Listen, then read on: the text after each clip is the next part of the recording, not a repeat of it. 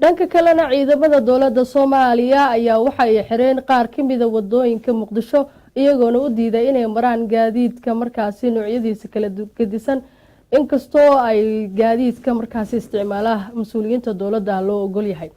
Wariyaheena Maxamed Bootaan ayaa faahfaahinaya.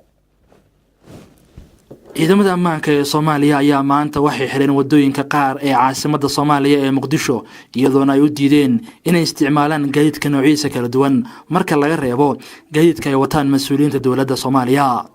wadooyinkan ay ciidamadu xireen ayaa waxaa kamid ah inta badan isgoysada magaalada Muqdisho ee caasimadda iyadoona la arkayay gaadiidka dadka shacabka ay wataan halkaas lagu xanimayo isla markaana loo diidayo taasi oo keentay in shacabku ay lugeeyaan.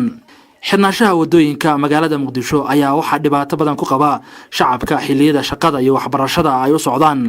wadada sayidka ee horumarta xarunta madaxtooyada ee Soomaaliya oo xilli hore oo saakaya laga mamnuucay isticmaalka gaadiidka shacabka ayaa dhawaan sidoo kale waxa laga mamnuucay qaar kamid ah shaqaalaha wasaaradaha dowladda Soomaaliya. tilaabadan ayaa waxa ay timid kadib markii amar ka soo baxay maamulka sare ee madaxtooyada Soomaaliya.